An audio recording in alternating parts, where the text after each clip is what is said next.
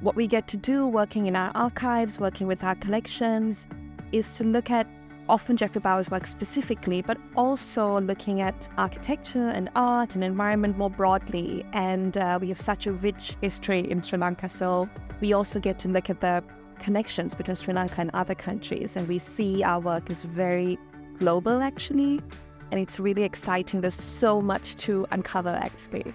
We have a built history of over 2,000 years, and it's kind of incredible when you think about the fact that we live among things that are structures that are often over 2,000 years.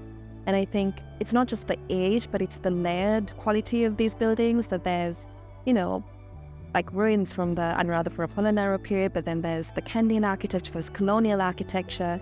And I think part of being Sri Lankan, and it's expressed in our identity is expressed through buildings.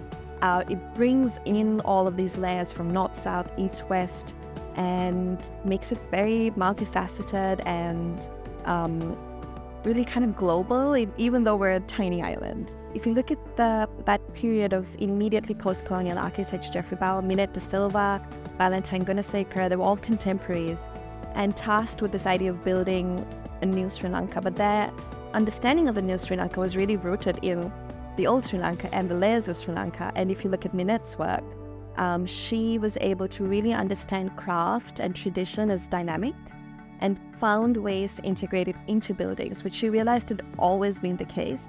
I think Geoffrey Bawa was able to really bring in art. Like, he really didn't separate art and architecture. They were intertwined, and understood what it meant to build using local materials. And I think that was an understanding that partly came from having to negotiate difficult economic conditions, various challenges, but then really making them into kind of rich experiences that I think are such a joy to be in. And I think that kind of enduring quality is something that people are really paying attention. We still get to enjoy many of his buildings.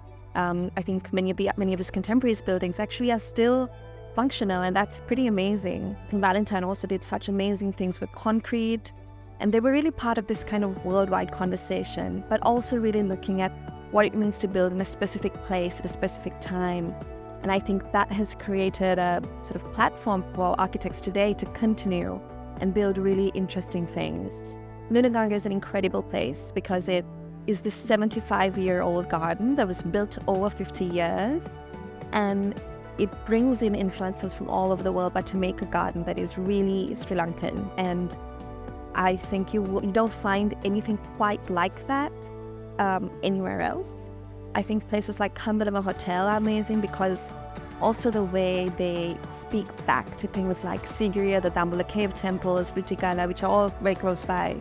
So it's this kind of ongoing conversation of historical buildings and structures and quite recent buildings and structures. For someone who's visiting, and when I have friends visit, I always say, see everything from all these different periods, because I think then you understand them as this kind of trajectory and a very rich, evolving history, which is really exciting also to think about what's to come.